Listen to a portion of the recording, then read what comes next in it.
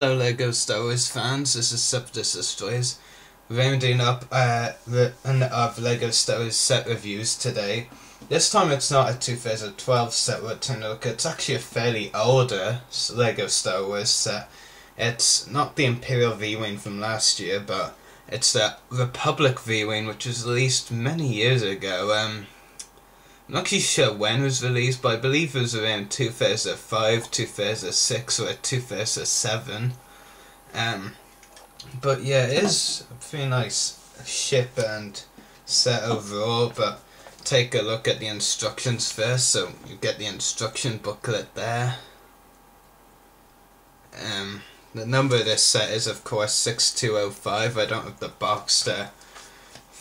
Bidding thing my dad won for me off eBay that he won literally at the last second for this. Only came with the ship minifigure and instructions basically. First page you have how to create the minifigure in the set, and there's not really that many important pages.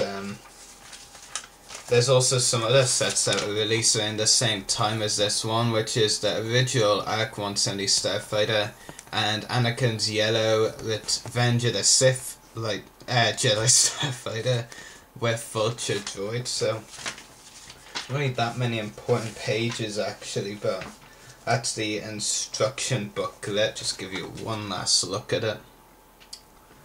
And that's about it. So the ship overall is a fairly nice design, you know. It is a ship I really like. It does look good.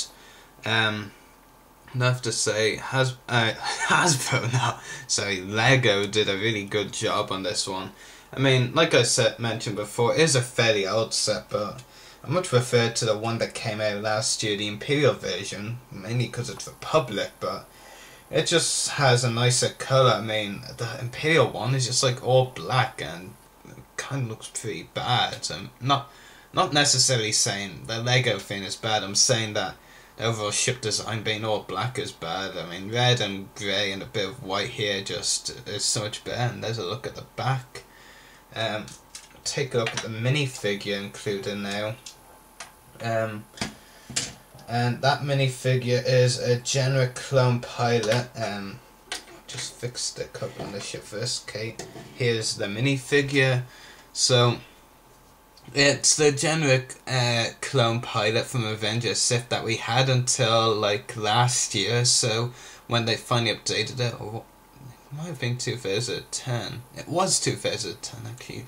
Around the time they released that Emperor Palpatine shell says something when they updated it.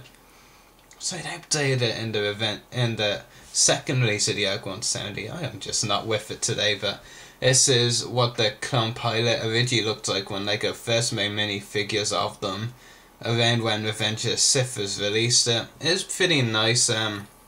Has some nice detailing on the helmet, though not much. Does have back printing, which is pretty good, and some great torso printing as well.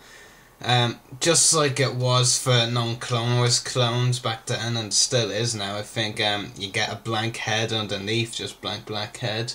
No leg printing, but it does have some nice details and colouring. So the minifigure overall is pretty nice. Just give you a brief back view of the minifigure. Pretty nice. It's not really a special minifigure, but it's still pretty cool. And something that you could get as a minifigure is the Aspect Droid dome or head on the set. That mainly just goes onto the ship. It's the only pair of the Aspect Droid included. I'd probably say it's F4, you know, Obi-Wan's droid. But really it's not intended to be any named Aspect Droid, and really it's not even counted as a minifigure, though you may say otherwise, but it's not really counted as a minifigure on it.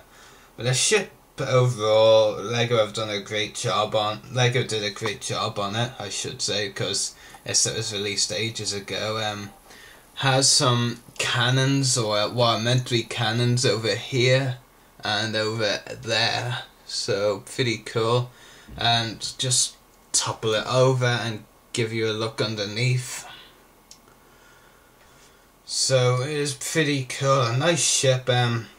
You do have a Republic logo there, The set doesn't come with any stickers, not that I believe anyway.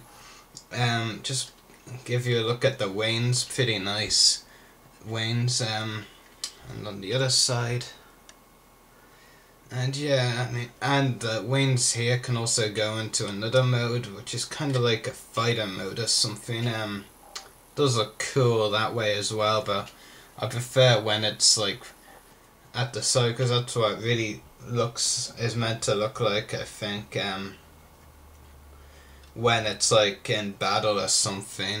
So yeah, it's pretty nice like that.